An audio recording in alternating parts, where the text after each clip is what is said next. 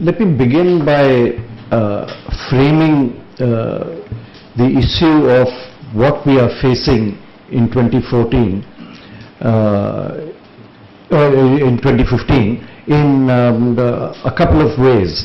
The first is the science tells us what we are likely to face if we don't reach agreement in 2015. And although we have been using this metric of 2 degrees Celsius for a long time, and that's now become the established metric we all talk about, I always find that a little disquieting, because 2 degrees Celsius is an outcome.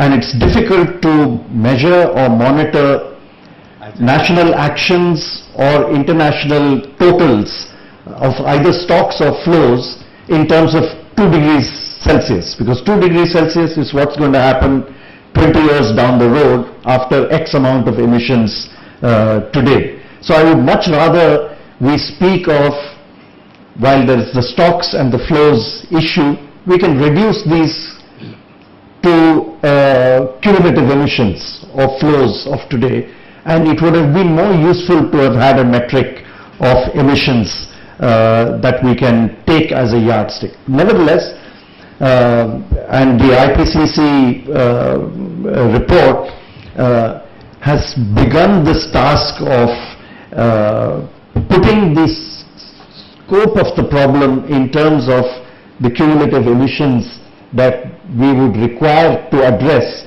if we want to reach this 2 degrees Celsius target. So the science, I think, is clear that globally what needs to be done and the risks of what is likely to happen if we don't address that, those are clear.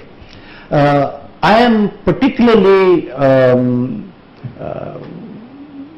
distressed at the fact that India, in its negotiating position abroad and in its domestic formulation of policy, does not seem to take this global risk as a major parameter in any way whatsoever. It seems to regard this as some kind of an external thing that's happening out there, but not something that we need to take to formulate policy domestically or to formulate a negotiating position internationally. And I think this is one of the key reasons why India stands isolated in the international negotiations, because other nations, particularly as Chella was just saying, countries which are closer to India in terms of per capita income, in terms of HDI indicators, and in terms of vulnerability to climate change and its impacts. The Africa group, most of the island states, the least developed countries, all of them are today, I think, astonished at India's apparent ostrich-like mentality in not being concerned about the impacts of climate which are going to happen, not to the LDCs and to the islands, but to itself. And if we had been as concerned as the Africa group is, or the LDCs are, or the island states are, about their own vulnerabilities and the existential threat that climate change poses to them, then the stance that India took or takes internationally should have been very different. I think this also reflects in India's domestic position.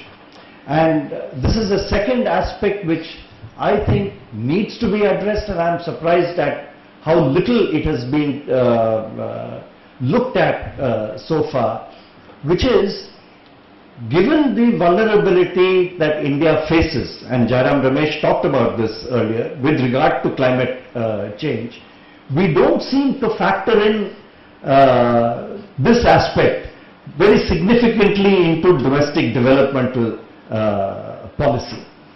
It's an add-on, something that we hear increasingly now from the present government is, Yeah, we are concerned about the environment, but not at the cost of development. I think the question really today needs to be asked. I think this is passé now to talk of development or environment. I think the time has come when one needs to frontally ask the question, is unsustainable development or policies which result in serious damage to the environment, can it be called development at all? So it's no longer either development or environment.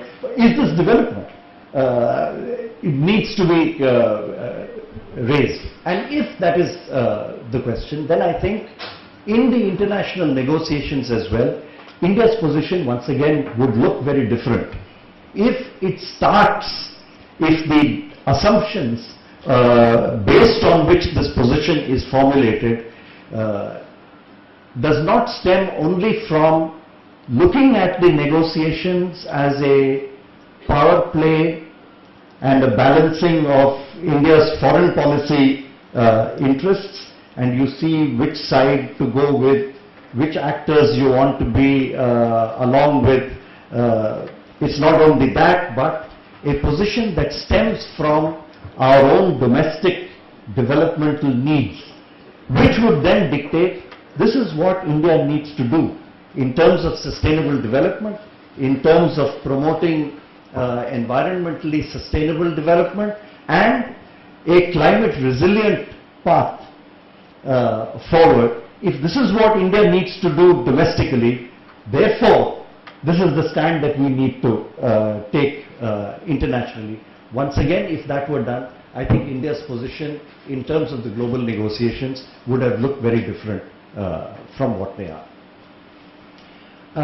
Having said that, I think Jairam Ramesh's prognosis of India being last man standing at the next at Paris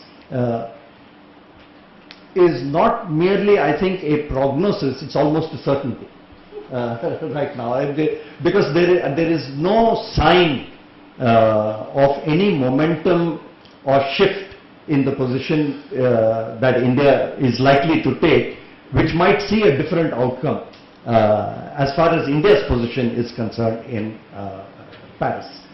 Because domestically, we clearly have taken a few steps backward when the Ministry of Environment itself sees its major task not as protecting the environment, but of rapidly clearing projects which are harming the environment. If that is the position domestically, I don't see how internationally it's going to look any different. And the heroics of taking certain stands internationally, which Jairam was talking about earlier, I think there is a fundamental fallacy in drawing too close a parallel between negotiations such as in WTO and negotiations on climate. Ultimately, if a WTO agreement fails, does not take place, there is no serious issue in terms of survival or an existential threat to anybody. Okay, there is less trade than before, you may lose or somebody else may gain, but in climate, that's not the case. If there is no agreement on climate change, there is a serious existential threat, and not just a gain or loss threat, but a survival threat to a large number of countries and to very substantial section of the population in our own country. And therefore, it is in the vital national interests of India, which is always seen in the climate negotiations as defending national interests by seeing that no big curbs are put on the carbon burden of the Indian growth story. That is seen to be the vital interest that India is defending in climate. But I believe India's vital national interests lie in securing an effective and urgent international climate solution. Because, as we all know, climate change is a global problem. and calls for a global solution. It's not enough for India to say we can do this, or for X or Y or Z country to say they can do that, but to ensure that internationally the 2 degrees Celsius target or its equivalent in terms of a total carbon budget or whatever is achieved. Because if that is not achieved, then it poses a survival threat to many countries, an existential threat to them, and a major survival threat or an existential threat to large populations in India. I think this is not sufficiently appreciated in or internalized into the Indian negotiating position. In terms of climate impacts, I think 2 factors which are extremely important for the Indian development story and need to be internalized more strongly in terms of India's position on climate, which will then reflect in India's negotiating stance. I'll just like to highlight 2 factors. One is, in terms of climate impact, the impact of climate change on agriculture. Everyone is already beginning to scream at rising prices of vegetables and other commodities in India. One can imagine the impact that, as has been predicted, if India faces a drop of maybe 20% to 30% in terms of crop outputs by 2050. That is a huge number, a 20 to 30% drop of agricultural output in terms of quantity, and even worse in terms of nutritional content of these crops. How come this is not figured in any of the discussions and policy formulations with regard to the climate position?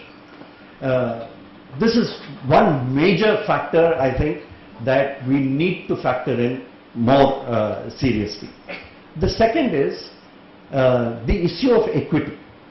India has long been seen as the champion of equity in the international stage, cast in terms of per capita emissions, about which Jairam spoke so much. A couple of aspects of this, I think, need to be focused on more than has been hitherto. The first is, I think, India's stance on equity internationally is likely to be taken more seriously than it is at present. I think it's currently seen essentially as a negotiating tactic, as a tool which India uses conveniently in the international negotiation. I think the stance would be taken more seriously if India were to address the issue of equity domestically in its developmental policy, and particularly linked with environment and sustainability issues. It will also control the demography. So, if India were to do that, then its equity position abroad would be seen to be more effective. When we say we have low per capita emissions, we have low per capita energy consumption, etc. What are we doing to redress this imbalance domestically? While what we project is we want equity internationally between nations, but what we project in order to do that is a total growth path, a GDP growth rate, which then we assume will translate into addressing the equity issue domestically. But there is no reasoning as to where this happens. If we were to show, yes, in order to address poverty, in order to address energy inequality domestically, we need to do ABCD policies, which then require this set of policies that we need to do domestically, which will cost XYZ, which will have ABC carbon emissions. This is our trajectory, this is what we want to do, and therefore we demand of the international community to do this. I think that's a better argument and a more convincing argument than the present one. Not only is India's per capita argument today not being as effective as it should be, because it's been abandoned by other nations in the basic group, etc.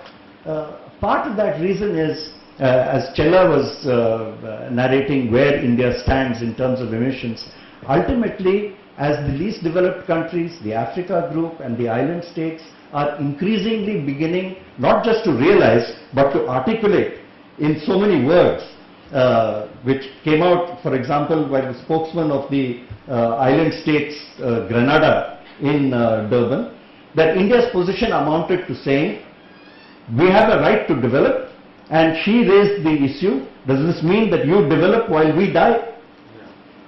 And it is being seen precisely like that because ultimately, wherever the per capita argument stands, when the flows of carbon dioxide and other greenhouse gases take place into the atmosphere and result in global warming and climate change, the molecules of carbon dioxide and other greenhouse gases which go up don't have per capita Indian carbon dioxide, per capita Indian NOx written on them.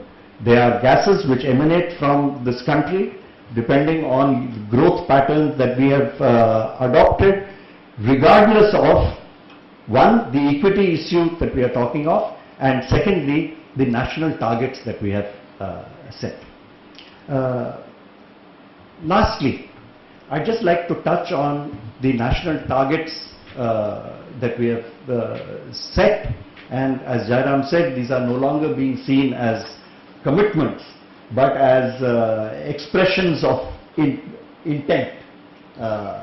And this follows also the trajectory that the United States has put forward in the negotiations, which is, let's not have fixed targets, let's have some numbers which each of us aspirationally would thinks it can achieve, put them forward, and each nation will put forward some such number, and that would give us a more realistic way of going forward. It also gives a single framework which is so dear to the United States for everybody, so there's no differentiation between the developed countries and the developing countries. You have to do this and he does not have to do that. Everybody says this is what I can do and put forward a number. So if India follows that methodology also and uses that as its main peg for the international negotiations, then I think India and the United States together will lead a race to the bottom in terms of what we achieve in Paris. Then 2 degrees Celsius, forget about it, you know, because there'll just be some numbers not related to the targets that you're going to achieve, because every effort in the Durban platform and in the discussion subsequently at addressing the issue of, if various nations make these commitments as are currently now put down in the thing from Cancun onwards, is there a methodology which would say we will assess all these, look at where the sum of these relate to the 2 degrees Celsius target, and then ask for a revision of these national targets? There's no such thing. In fact, this has been very strongly resisted by the United States and many other countries, that this is not a methodology that they would be prepared to accept. So the negotiations in Paris or towards Paris are, to my mind, taking place without addressing the science of what we need to achieve, which is X amount of emissions cumulatively, which addresses the issues of stocks and flows and everything else, in order to achieve the 2 degrees Celsius goal. India is not addressing that issue at all in looking at Paris. And the position that India had at Durban, being, well, not the last man standing, but the last lady sitting, and you know the famous the photograph that you would see of any of the Durban negotiations shows Jairam Ramesh's successor minister surrounded by all the representatives of the developed countries, the Annex 1 countries, the least developed countries, the island states, all of them demanding that India take a position. And this is going to be repeated in Paris, undoubtedly on the present trajectory.